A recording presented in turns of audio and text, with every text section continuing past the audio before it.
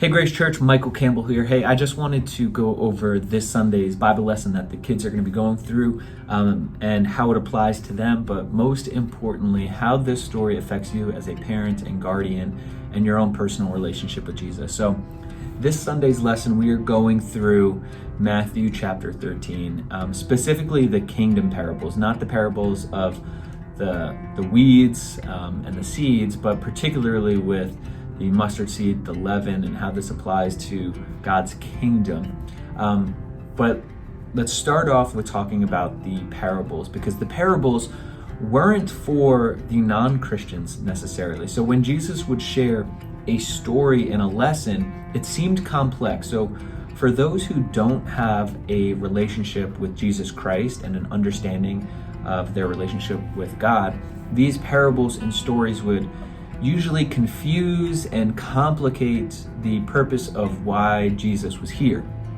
So when Jesus would share these parables and examples, for those who are in Christ, they would only deepen and foster the relationship of their communion with God and their understanding of Jesus Christ. So as a Christian and follower of Jesus, these parables should only deepen your understanding of Jesus and our purpose here on earth. So let's start with the mustard seed. The mustard seed, it says, this little seed, it's not the smallest seed in the world, but it is the smallest that they would have used in Palestine during that time. So it was very understanding of like, this little thing can create such a big thing, and it would go 10 feet tall and wide, and the birds would come and find its nest, which was kind of representative of the Gentiles finding rest in that, some commentaries say, which is interesting.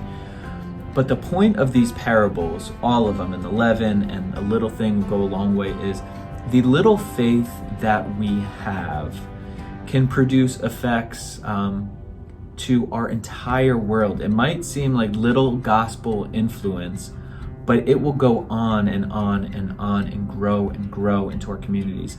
I think we constantly see that this, whether it's persecution going on in the world, God still works through that and grows his church from that kind of environment.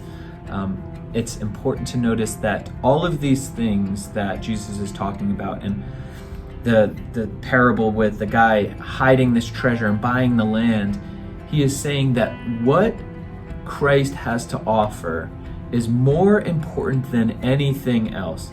This person in the parable sold everything just so he can have this one treasure to be revealed in the end. And as Christians, that's the hope that we have. All of these things, that whether that's wealth or job or family, whatever it is, all of this is not as important as your relationship with the one who created you. So as a parent and guardian, we need to keep kingdom focused, meaning that everything on earth is going to fade away, but faith in him will grow and create fruits that you may not see this side of heaven, but you will see on the other side of heaven. So it's very challenging, but also it can be encouraging that we know that this life will fade away, but relationship with Jesus is the most important thing, and how we live that out on earth, that when we influence others, it might seem like a small thing, but who knows? I mean, 10, 50, 100 years from now, it has blossomed into generational faith and so forth. So be encouraged in that. But here are 3 questions that you can ask your kids that, as always, hopefully create dialogue and just an open discussion on how you disciple the kids. All right, the first question. Why is God's kingdom so valuable? The second question is, how is God's kingdom different than the world? That's a fun one.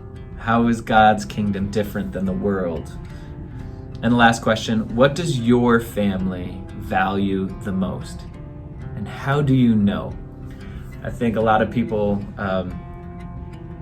it's important to know that what you put your faith in is really how you make your decisions, and what you love motivates different actions. So the more that we focus and love God, our creator, the more it will outflow into everything else. What if we were to love the world and the possessions of the world more than we love our relationship with God? You will see the fruits of that within our lives, and I believe in a negative impact. So hopefully this can help encourage your conversation with the kids, but till next week, God bless and take care.